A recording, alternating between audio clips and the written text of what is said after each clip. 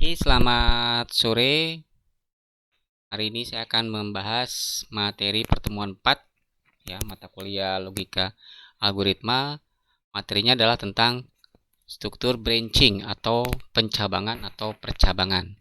Ya, struktur branching ini di dalam program digunakan untuk menyeleksi suatu kondisi, ya, kemudian menjalankan perintah sesuai dengan kondisi yang diseleksi, ya. Oke. Nah, ini struktur branching, ya. Di dalam pemrograman, khususnya di Python, ini menggunakan struktur pencabangan if, kemudian ada struktur pencabangan if else, kemudian ada struktur pencabangan if, if dan else, kemudian ada struktur pencabangan nested if atau if bersarang. Oke, kita lihat satu-satu. Yang pertama adalah struktur pencabangan if. Struktur pencabangan if digunakan untuk satu pilihan keputusan. Jika kondisi true atau benar, maka statementnya dikerjakan. Jika kondisinya false atau salah, maka statement tidak dikerjakan. Ya, bentuk umumnya if kondisi titik 2 statement. Ya, kalau kita lihat diagram alirnya, situ ada if, ya. Ini ada kondisi, kemudian ada true. Kalau true, maka dia akan menjalankan sebuah statement. Kalau false, atau kalau kondisinya tidak terpenuhi, dia tidak akan menjalankan apa-apa. Ya, kita lihat contohnya di sini. Jika nilai ujian lebih besar 70, lebih besar sama dengan 70, maka cetak selamat Anda lulus ujian. Kalau di dalam program Python ditulis seperti ini, nilai input masukkan nilai Anda, if nilai lebih besar sama dengan 70, print selamat Anda lulus ujian. Ya, kalau kita jalankan programnya, kita akan diminta memasukkan sebuah nilai, misalnya 75 kita masukkan, maka ini akan diseleksi di statement if ini. Nilai lebih besar sama dengan 70. 75 lebih besar sama dengan 70. Benar. Karena benar, maka akan tercetak selamat Anda lulus ujian. Nah, kalau yang kita masukkan nilainya di bawah 70, misalnya kita masukkan 50, maka kondisi di dalam if ini tidak terpenuhi. Karena tidak terpenuhi, dia tidak akan menjalankan apa-apa. Ya, sesuai dengan diagram if yang tadi. Kalau benar, dia akan menjalankan sebuah statement. Kalau salah, tidak menjalankan apa-apa. Oke, itu kondisi if. Yang kedua, ada struktur pencabangan if else. Pencabangan if else akan menyeleksi kondisi. Jika bernilai true atau benar, maka statement 1 dijalankan. Jika kondisinya bernilai false atau salah, maka statement 2 yang dijalankan. Ya, untuk umumnya ini if kondisi titik 2 statement 1, else titik 2 statement 2. Ini kalau di Python, ya. Kalau kita lihat diagramnya ini ada kondisi true, jalankan statement 1, false, jalankan statement kedua. Ya. Nah, dengan melihat seperti ini berarti hanya ada satu statement saja yang dijalankan. Ya, bisa statement 1, bisa statement 2, tergantung kondisinya benar atau salah. Contoh, ya, ini diminta memasukkan sebuah bilangan. Kalau bilangannya di persen 2 sama dengan 0, persen 2 ini untuk membagi, tapi yang diambil adalah hasil baginya. Sisanya, sisa hasil bagi. Ya. If bilangan dibagi 2, sisanya sama dengan 0, maka print bilangan adalah genap. Else, berarti kalau hasilnya tidak 0, maka bilangan adalah ganjil. Ya, kalau kita jalankan, misalnya masukkan sebuah bilangan, misalkan kita masukkan 9. 9 kalau dibagi 2 itu sisanya 1. Ya, maka kondisi ini tidak terpenuhi. Kondisi bilangan dibagi 2 sama dengan 0 tidak terpenuhi. Berarti salah. Karena salah, dia akan menjalankan statement yang kedua, yaitu statement yang ada di dalam pernyataan else, yaitu bilangannya adalah bilangan ganjil. Ya, nih. Kalau kita masukkan 6 bilangannya, maka 6 dibagi 2 sisanya 0, ya, karena 6 dibagi 2 itu 3. Ya, berarti benar, kondisinya terpenuhi, maka yang dicetak adalah pernyataan yang ada di dalam if yang pertama. Bilangan 6 adalah bilangan genap. Nah, ini if else. Contoh lagi misalnya. Syarat membuat KTP, umur minimal 17 tahun ke atas. Ya, masukkan inputnya berapa umurnya. Kemudian ada penyelesaian di sini. If umur lebih besar sama dengan 17, print kamu boleh buat KTP. Else, print kamu masih di bawah umur. Ya. Hasil runningnya. Berapa umurnya? Ini 18. Kalau 18, kalau kita masuk ke sini 18 lebih besar 17. Ya, benar. Maka boleh buat KTP. Kalau kita masukkan umurnya 16, ini kamu masih di bawah umur, ya. Karena ini false, berarti dia akan menjalankan statement yang ada di dalam else, yaitu if else. Lanjut, yang ketiga adalah pencabangan if else. Kalau di bahasa pemrograman else if ya, cuma kalau di Python if, nggak else ya. Digunakan untuk menguji lebih dari dua kondisi. Bila kondisi satu benar, maka statement satu dikerjakan. Bila salah, dia akan menuju ke kondisi kedua. Ya, jika kondisi dua benar, maka statement 2 dikerjakan. Jika salah, maka statement yang ketiga yang dikerjakan.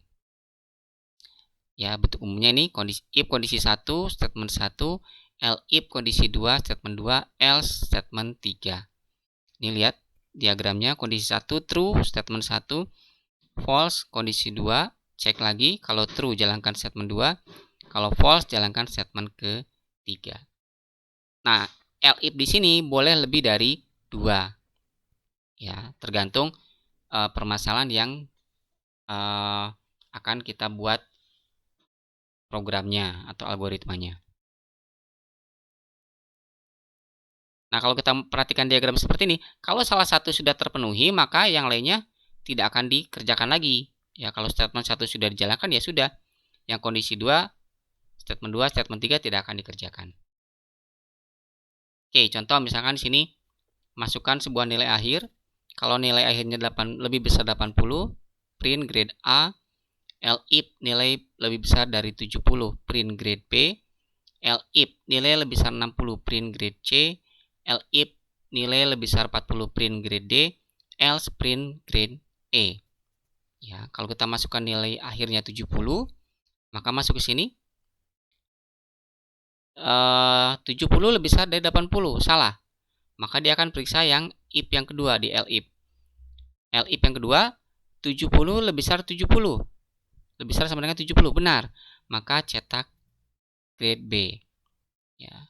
Contoh lagi, masukkan nilainya 90. 90 lebih besar 80, benar. Maka print grade A. Ya. Nah, kalau salah satu sudah terpenuhi dan statementnya sudah dijalankan, maka yang lainnya tidak akan dikerjakan lagi. Ya, meskipun kalau kita lihat 90 ini kan dia lebih besar 80, lebih besar juga dari 70, lebih besar juga dari 60, lebih besar juga dari 40. Tapi karena sudah terpenuhi di if yang pertama, ya, 90 besar 80, maka print grade A. Nah, maka yang di bawahnya tidak dikerjakan. Ya, itu if, karena dalam if hanya satu yang dikerjakan sesuai dengan kondisi yang terpenuhi. Nah, kalau misalkan kita masukkan nilainya 20 misalkan. 20 lebih besar 80, salah. Cek lagi if yang kedua. 20 lebih besar sama dengan 70, salah. Cek lagi if yang ketiga. 20 lebih besar dari 60, salah. Cek lagi 20 lebih besar 40, salah. Karena semuanya salah, maka dia akan masuk ke yang else. Berarti print grade-nya E. Nah, ini program if, else, dan else. Nah, ini juga sama seperti tadi ya. Menginput hari. Jika hari 1 print Senin, hari sama dengan 2 print Selasa, hari sama dengan 3 print Rabu, hari sama dengan 4 print Kamis, hari sama dengan 5 print Jumat, hari sama dengan 6 print Sabtu, else sisanya hari Minggu. Kalau kita masukkan 2, maka yang terpenuhi di sini. Hari sama dengan 2, hari Selasa. Tuh. Kalau 5 berarti hari Jumat, kalau 7, nah kalau hari ke-7 di sini kan tidak ada ya. 1, 2, 3, 4, 5, 6. Berarti masuknya ke yang else, hari Minggu. Oke, itu. Nah, ini tambahan materi ya. Di sistem pakar diagnosa keguguran pada ibu hamil, ini rule-nya menggunakan seleksi kondisi if dan else. Ini if-nya banyak sekali kalau Anda lihat. If terlambat haid kurang dari 20 minggu, N usia kehamilan kurang dari 20, N pendarahan, N hasil konsepsi masih baik dalam kandungan, N mulas sedikit, N tes kehamilan masih positif, N mulut rahim masih dalam kondisi menutup, N nyeri perut bagian bawah, dan Anda diagnosa mengalami sakit abortus. Else, Anda tidak mengalami sakit abortus. Nah, jadi if di dalam kondisi if, ini kondisi yang diperiksa atau perbandingan yang kita buat itu boleh lebih dari satu. Ini kan ada N, ada N, ada N. Jadi direlasikan dengan relasi N atau dengan relasi OR. Ya, boleh. Nih. Jadi kalau ini terpenuhi semua, kalau N berarti semua terpenuhi, maka diagnosa mengalami sakit. Kalau tidak, salah satu saja misalkan di sini salah, maka di diagnosanya tidak mengalami sakit abortus. Ya, Anda bisa cek di URL jurnalnya. Oke, lanjut. Yang keempat adalah struktur percabangan nested if. Ya, nested if ini adalah if bersarang. Jadi di dalam if ada if lagi. Ya. Ini cek di diagramnya saja biar gampang. If kondisi 1 kalau true, dia akan periksa lagi apakah memenuhi kondisi 1.1. Kalau ya, dia jalankan statement 1. Kalau tidak memenuhi kondisi 1.1, dia akan cek di kondisi 1.2. Kalau benar, dia jalankan statement 1.2. Kalau salah, dia akan jalankan statement 1.3. Ya, ini kalau kondisi satunya true. Kalau false, dia akan periksa di kondisi 2. Kalau kondisi 2-nya benar, maka dia cek lagi apakah kondisi 2.1-nya benar. Kalau benar, jalankan statement 2.1. Kalau salah, dia akan cek lagi di kondisi 2.2. Kalau benar, dia jalankan statement 2.2. Kalau salah, dia jalankan statement 2.3. Ya. Kalau kondisi satunya salah, kemudian kondisi 2-nya salah, maka dia akan jalankan statement ketiga. Ya. Jadi ini ada if di dalam if. Makanya disebut dengan nested if atau if bersarang. Ya. Nah, sama seperti if, if tadi, ini juga kondisinya boleh lebih dari satu. Ya, bisa banyak. Boleh lebih dari 2. Oke, contoh misalkan. Oke. Struktur pencabangan nested if. Ya, merek baju Polo Alisan Senyes. Misalkan, ini input merek baju P, A, atau S. If mereknya P, maka print merek Polo. Terus masukkan ukurannya L, M, atau S. Kalau ukurannya L, print harganya 300.000. Kalau tidak, apakah cek ukurannya M? Kalau ya, harganya 225.000. Kalau tidak, maka harganya 175.000. Ini kalau mereknya P. Kalau tidak, dia akan cek apakah mereknya A. Kalau ya, berarti print merek Alisan. Masukkan ukurannya. Kalau ukurannya L, berarti harganya 275.000. Ya. Kalau ukurannya M, 200.000. Kalau tidak, berarti selain L, M, dan S, ukurannya 150, harganya 150.000. Ini saya sedikit perbaiki. L if mereknya S, ya, print merek Senyes, ukuran input LMS. Kalau L berarti harganya 250.000, kalau M harganya 175.000, kalau tidak berarti harganya 125.000. Nah, ini kan kemungkinan user bisa masukkan merek bajunya tuh bukan P, bukan A, bukan S. Misalkan dia masukkan mereknya Z. Nah, kalau misalkan dimasukkan nilai mereknya Z, maka print mereknya tidak ada, misalkan seperti ini. Ya. Nah, ini nested if. Jadi di dalam if ada if. Ya. Ini juga sebenarnya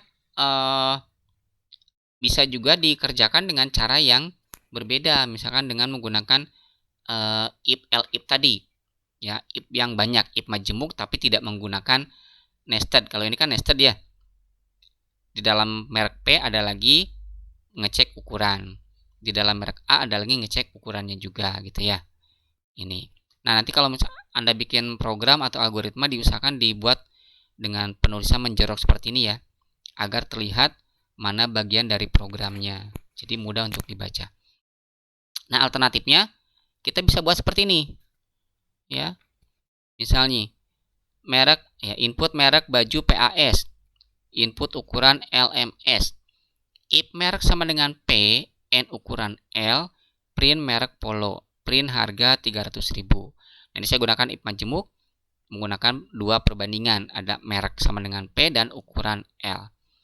Ada lagi L if merek sama dengan P dan ukuran M, print merek Polo, print harga 225.000. L if merek P ukuran S, print merek Polo, print harga 175.000. L if merek sama dengan A, N ukuran L, print merek Alisan, print harga 275.000. Nah, ini bisa dibuat seperti ini. Jadi boleh yang ini atau boleh juga yang ini. Hanya nanti tinggal dilihat saja mana kira-kira yang lebih efisien, mana yang lebih singkat programnya, ya. Nah, ini kita bisa menggunakan N, ya. Ini masih banyak lagi, tinggal Anda teruskan ke bawahnya. Ya. Tergantung permasalahannya, kita bisa menggunakan nested atau bisa menggunakan ini. Tinggal tadi mana yang lebih efisien. Nah, ini hasilnya misalkan ya tadi ya. Kalau merek baju dan ukurannya P, merek Polo ukuran L, harga 300.000. Kalau merek bajunya kita inputkan A, berarti mereknya Alisan. Kalau ukurannya S, berarti harganya 150.000. Jadi akan dicek mana kondisi yang terpenuhi, itu yang dijalankan. Kalau semua kondisi tidak ada yang terpenuhi, maka dia akan menjalankan kondisi yang paling akhir, pernyataan yang paling akhir, yaitu yang salah semua gitu, kalau dibilang salah semua. Oke, nah itu adalah struktur pencabangan if. Nah, ini latihannya, nanti Anda silakan buat flowchart dan program dari algoritma untuk menghitung pembayaran belanja ya. Masukkan nama barang, masukkan harga barang, masukkan jumlah barang, hitung bayarnya, harga kali jumlah. Kemudian jika bayarnya lebih besar 100.000, maka dikasih diskon 10.000. Ya, selain itu tidak dapat diskon. Kemudian hitung total bayarnya, bayar kurangi diskon, kemudian cetak total bayar. Nah, ini nanti silakan Anda kerjakan. Ini kira-kira menggunakan if yang mana? Apakah yang pertama, yang kedua, yang ketiga, atau yang keempat? Ya, lihat kira-kira mana yang paling pas ya. Kemudian latihan yang kedua, kalau latihan kedua ini program biasa ya, tidak menggunakan pencabangan, tidak menggunakan if. Takutnya nanti Anda nyari-nyari, Pak ini if-nya di mana? Ini nggak pakai if, ini program biasa saja. Ya, ini masuk di latihan yang di pertemuan 3 sebenarnya ya. Nah, ini yang tugas mandiri ya. Ini menghitung grade ya. Ini ada 100 tadi ya. Kan nilai akhirnya 81 sampai dengan 100, grade-nya A, 71 sampai 80 B, 55 sampai 70 C, 40 sampai 54 D, lebih kecil 40 sama dengan E. Anda buat flowchart dan program Python-nya. Inputnya NIM, nama, nilai absen, nilai tugas, nilai UTS, dan nilai UAS. Prosesnya nilai akhir adalah 20% kali absen, 20% kali tugas, 20% kali UTS, 30% kali UAS. Ya. Outputnya NIM, nama mahasiswa, nilai akhir, dan grade. Nah, ini menggunakan if ya. Karena ini ada pembatasan 81 sampai 100, berarti Anda gunakan if nilai akhir misalkan lebih besar sama dengan 81, N nilai akhir lebih kecil sama dengan 100 gitu ya. Grade-nya print grade-nya A gitu ya. Nah, ini kalau hitungan persennya susah, pakai persen nggak bisa, berarti gunakan saja desimal ya. 20 dibagi 100 berarti 0,2. Oke, itu ya. Silakan dipelajari ya. Kalau ada yang tanyakan silakan nanti ditanyakan di grup ya. Mungkin untuk hari ini penjelasannya cukup ya. Silakan dipelajari lagi ya. Saya akhiri. Selamat malam. Assalamualaikum warahmatullahi wabarakatuh.